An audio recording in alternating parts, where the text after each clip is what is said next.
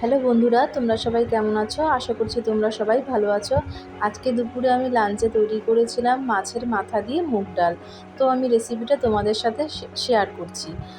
মাছের মাথা দিয়ে মুগ ডাল রান্না করতে কম বেশি সবাই জানে, কিন্তু তাও আমি শেয়ার করছি কারণ অনেকেই নতুন রান্না শিখছো তাদের জন্য। তো দেখো আমি কি করে বানালাম। প্রথমে আমি এখানে 200 গ্রামের মতন মুগ ডাল কড়াইতে হালকা করে ব্রাউন করে ভেজে নেব। দেখো বেশি ভাজবো না, কিন্তু হালকা ব্রাউন হওয়া অবধি আমি ডালগুলো একদম মিডিয়াম ফ্লেম করে ভাজবো। তো দেখো আমার ভাজা হয়ে গেছে। এবার আমি ডালগুলো একটা বলে নিয়ে ডালগুলো কিন্তু ভালো করে ধুয়ে নিতে হবে। এবার ধুয়ে তারপর ডালগুলো আমি সেদ্ধ করে নেব।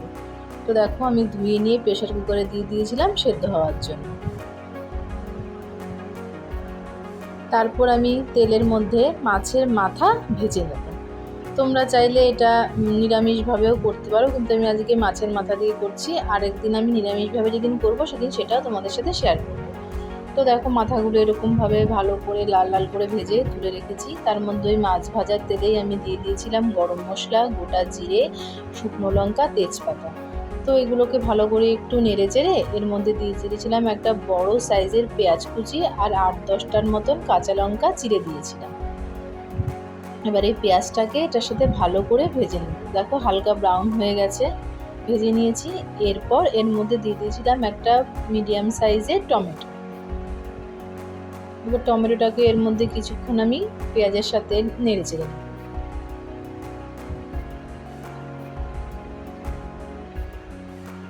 পেঁয়াজটাকে কি বলছি, টমেটোটাকে বেশি না গলানোই ভালো, একটুখানি অল্প সফট হয়ে যাবে ততক্ষণ অবধি নেড়ে চেড়ে নিতে হবে।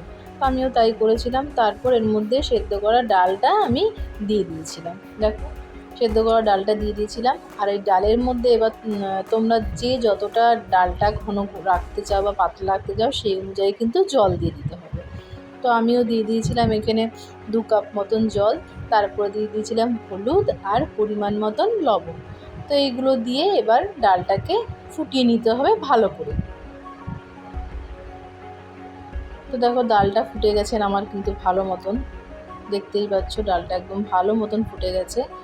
এরপর আমি ডালের মধ্যে দিয়ে দেব ভেজে রাখা মাছের মাথাগুলো। দেখো এবার মাছের মাথা দিয়ে কিন্তু আবার কিছুক্ষণ বলতে এই 3-4 মিনিট কিন্তু আবার একটু ফুটিয়ে নিতে হবে, মাছের মাথাগুলো যাতে নরম হয়ে যায়।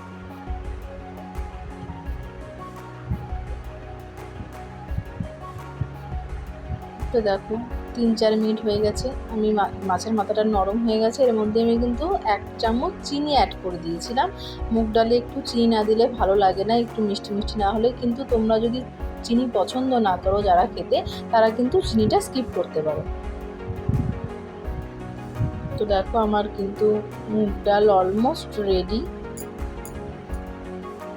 এরপর আমি নামানোর আগে এর মধ্যে 1 চামচ মতন গরম মশলার গুঁড়ো দিয়ে দেবো।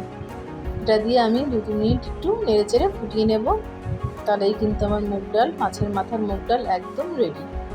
দেখো দেখেছো আমার মাথার মুগ ডাল একদম রেডি হয়ে গেছে। খেতে কিন্তু দারুণ টেস্টি হয়, তোমরাও চাইলে এইভাবে ট্রাই করতে পারো। আর আমার ভিডিওটা যদি তোমাদের ভালো লাগে অবশ্যই লাইক করো, কমেন্ট করো, আর আমার পেজটা ফলো করে আমার পাশে থেকো এরকম আরও সিম্পল ঘরোয়া রান্না দেখার জন্য। তো আজকের মতন এইটুকুনি, টাটা।